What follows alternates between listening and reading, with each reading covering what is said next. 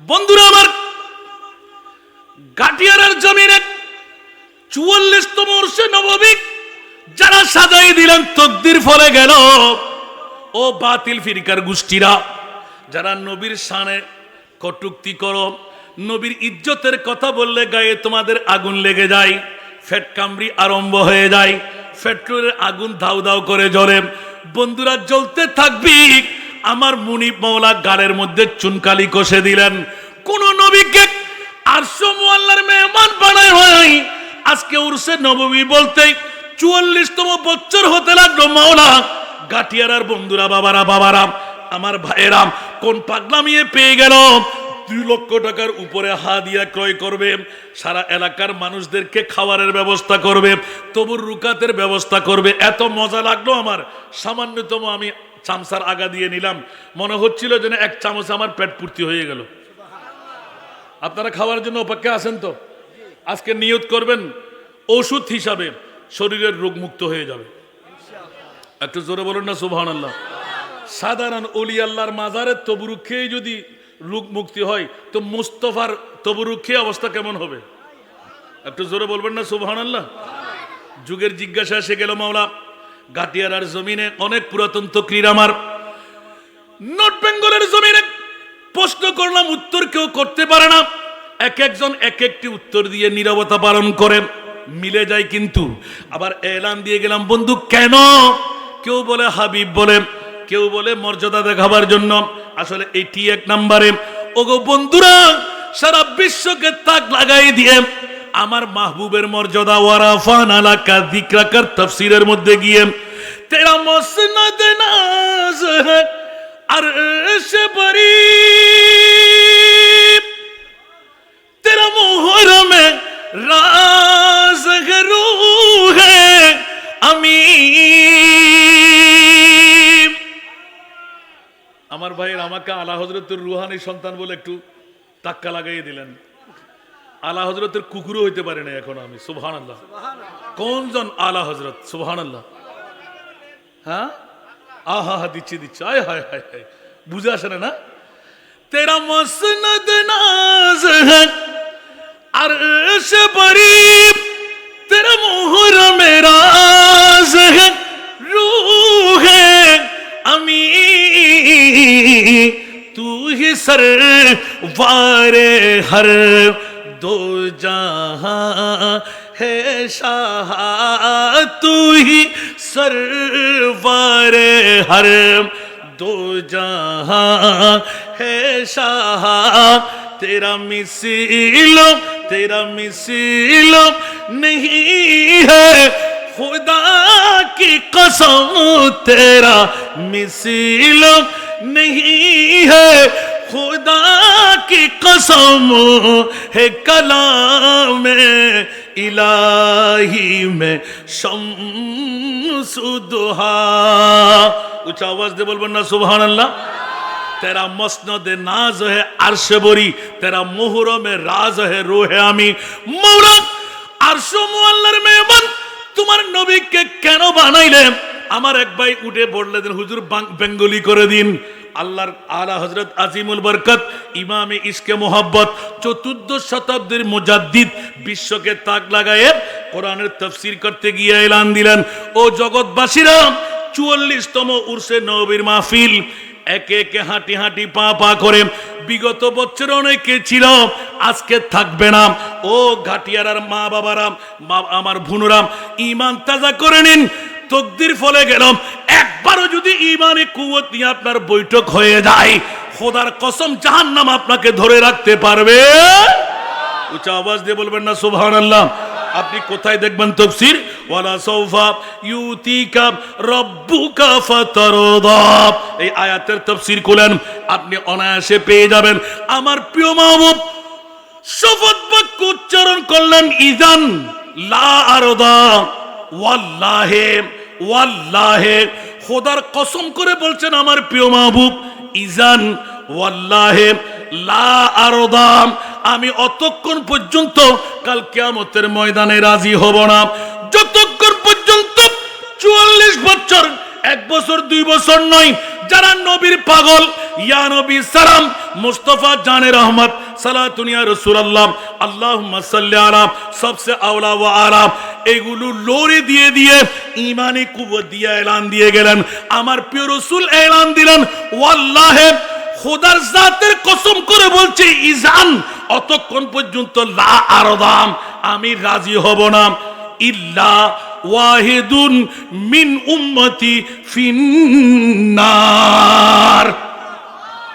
একজন উম্মত জাহান্নামে থাকবে, আমি রাসূল অতক্ষণ পর্যন্ত জান্নাতে কদম দেব না যতক্ষণ আমার উম্মতকে জান্নাতি বানাইতে পারবো না। উচ্চ আওয়াজ দিয়ে বলবেন না সুবহানাল্লাহ। এবার পোস্টের দিকে চলে আসলাম। আর সমু আল্লাহর মেহমান কেন বানাইলে? আলা হযরতের একটা উত্তর প্রথমে পেয়ে গেলেন, বেঙ্গলি করতে গিয়ে আবার আরেকটা তরজমা, ইয়া আল্লাহ তোমার মাহবুবকে তুমি কোন নবী বানাইলে? আলা হযরতের আরেকটা কলি আসলো, শুনতে কি রাজি? খাতেমুল আম্বিয়া হে হামারা নবী, পারবেন? খাতেমুল আম্বিয়া হে হামারা নবী, सारे नबियों का आका हमारा नबी, सबसे औला वो आला हमारा नबी, सबसे बाला वो আবার খাতেমুল আম্বিয়া হে হামারা নবী, সারে নবিयों का आका हमारा नबी, सबसे औला वो आला हमारा नबी, सबसे बाला वो वाला, जिसको शाह, একটা উত্তরের জন্য, जिसको शाह या है अर्शे खुदा पर जुलूस, जिसको शाह या है अर्शे खुदा पर जुलूस, है वो सुल्तान वाला हमारा नबी, सबसे औला वो आला हमारा नबी, सबसे बाला वो,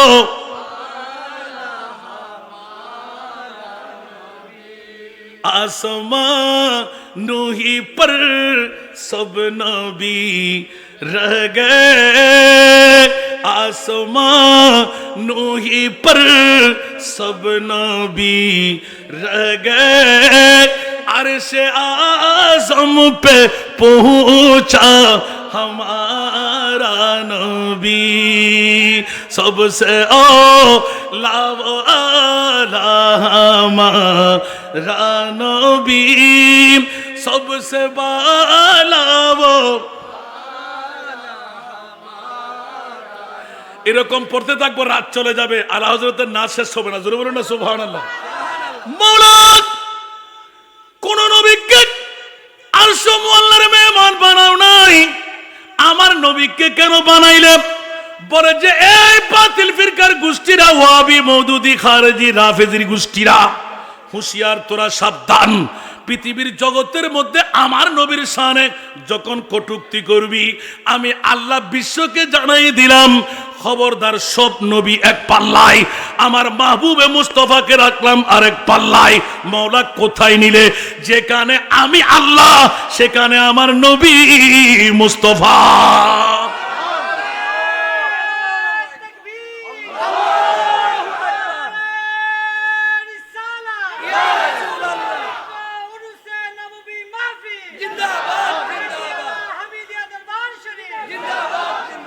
আরশ মুআল্লার মধ্যে আল্লাহ নিয়ে কি করলেন? আল্লাহ বলতে ইন্না আতাইনা কাল কাউসার, সুবহানাল্লাহ বলেন না। সূরা কাউসার শরীফ সবার কাছে জানা আছে না নাই?